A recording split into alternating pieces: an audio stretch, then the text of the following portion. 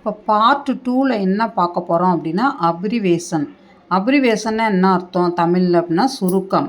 இதை வந்து எப்படி வச்சுக்கலாம், அப்ரிவேஷனுக்கும் அக்ரானிம்ஸ்க்கும் என்ன வித்தியாசம் அப்படின்னா, அப்ரிவேஷன் அப்படின்னா இப்போ ஒரு எக்ஸாம்பிள் பாருங்களேன், ஏடிஎம் அந்த லெட்டர்ஸில் தான் நம்ம வந்து உச்சரிப்போம்.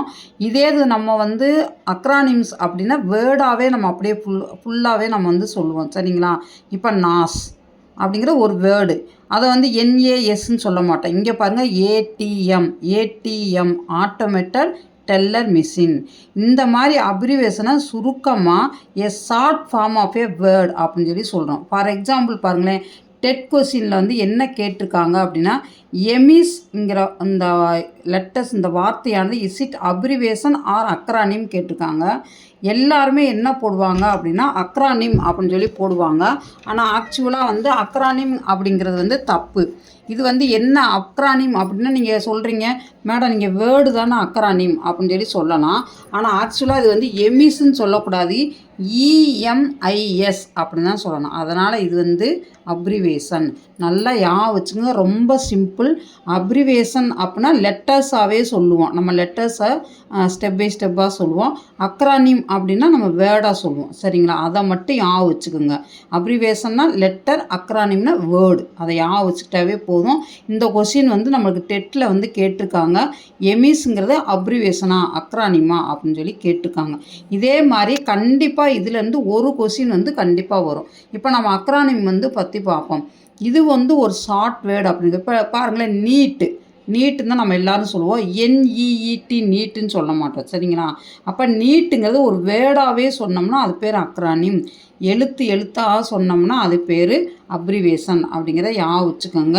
அது வந்து கேட்பாங்க. அதே மாதிரி டெஃபினிஷனும் கேட்கக்கூடிய சான்சஸ் இருக்குது.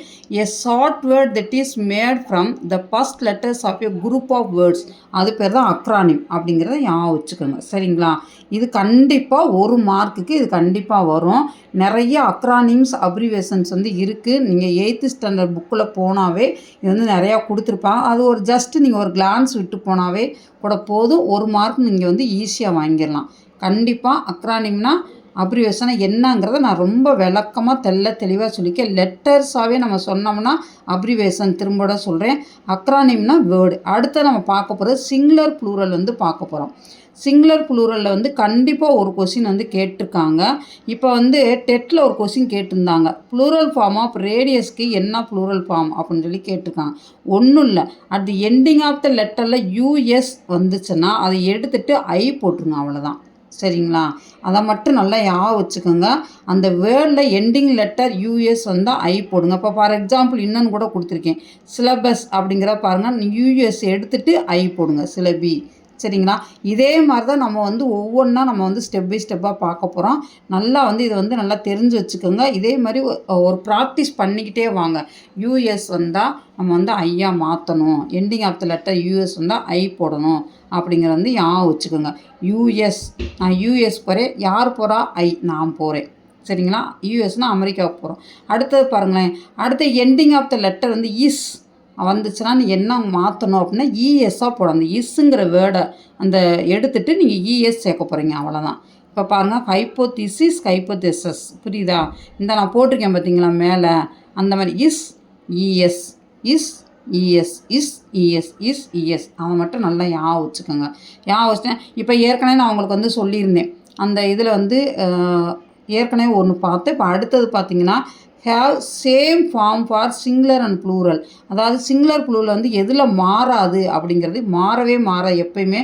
இங்கே ஃபிஷ், ஹேர், ஃபர்னிச்சர், டீர். சரிங்களா? இது எல்லாமே வந்து சிங்குலர் ப்ளூரலில் ஒரே சேமாக தான் இருக்கும். இதுவும் கேட்கக்கூடிய சான்சஸ் இருக்குது. இந்த வந்து எது வந்து உங்களுக்கு வந்து same form of singular plural வரும், இந்த வெடான்னு கொடுத்து ஆப்ஷன்ஸ் கொடுத்துருப்பாங்க. அப்போ இந்த வேர்ட்ஸ் எல்லாம் நீங்கள் வந்து நல்ல மைண்ட் செட்டில் வச்சுக்கிட்டீங்க அப்படின்னா கண்டிப்பாக இதை வந்து கண்டிப்பாக ஒரு மார்க் நம்ம வந்து ஈஸியாக நம்ம வாங்கிடலாம். சரிங்களா? இப்போ நான் ஏற்கனவே ஒன்று சொல்லிக்க, அதை நல்லா ஜஸ்ட்டு வந்து ரீகால் பண்ணி பார்த்துக்கோங்க. At the ending of the letter U S வந்தால் என்னவா மாற்றணும், at the ending of the letter is வந்தால் என்னவா மாற்றணும் அப்படின்னு சொல்லியிருக்கேன். சரிங்களா? இப்போ அடுத்தது பார்த்தீங்க அப்படின்னா இது எல்லாத்தையுமே ஒரு தடவை பார்த்துட்டு இப்போ ஹைபனேட்டட் வேர்டு அப்படின்னு சொல்லி சொல்கிறாங்க. ஹைபனேட்டட் வேர்டு அப்படின்னா என்ன அர்த்தம் அப்படின்னா, இப்போ பாருங்களேன், ஒரு வார்த்தைக்கு இடையில ஹைபன் வருதா, இதை ஹைபனேட்டட் வேர்டு. இதை வந்து ப்ளூரல் ஃபார்மாக மாற்றுங்க அப்படின்னு சொல்லி சொல்கிறாங்க. இது எப்படி மாற்றணும் அப்படின்னா, இப்போ ஒரு ஹைபன் பக்கத்தில் பாருங்களேன், சிஸ்டர் இன்லா, இதை ப்ளூரலை எப்படி மாற்றுறது அப்படின்னா, அந்த சிஸ்டர் பக்கத்தில் அந்த அந்த வேர்டு இருக்குல்ல, அது பக்கத்தில் எஸ் எடுத்துருங்க. சிஸ்டர்ஸ் இன்லா, இதுதான் வந்து ப்ளூரல் ஃபார்ம். ரொம்ப ரொம்ப ஈஸி. ஒரு ஹைஃபன் வந்தால் எஸ் மட்டும்தான் நம்ம சேர்க்க போகிறோம். இங்கே பாருங்கள், ரன்னர் அப், ரன்னர்ஸ் அப், அவ்வளோதான். சரிங்களா? இப்போ நம்ம பார்த்ததில் சிங்குலர் ப்ளூரல் எல்லாமே நான் உங்களுக்கு வந்து சொல்லிட்டேன். இதை ஜஸ்ட் நீங்கள் ஞாபகம் வச்சுக்கிட்டாவே போதும், ஈஸியாக நம்ம வந்து மார்க் வாங்கிடலாம். ஹைபனேட்டட் வேர்டில் வந்து எப்படி பண்ணணும் ஒவ்வொன்றா நான் ஸ்டெப் பை ஸ்டெப்பாக சொல்லியிருக்கேன்.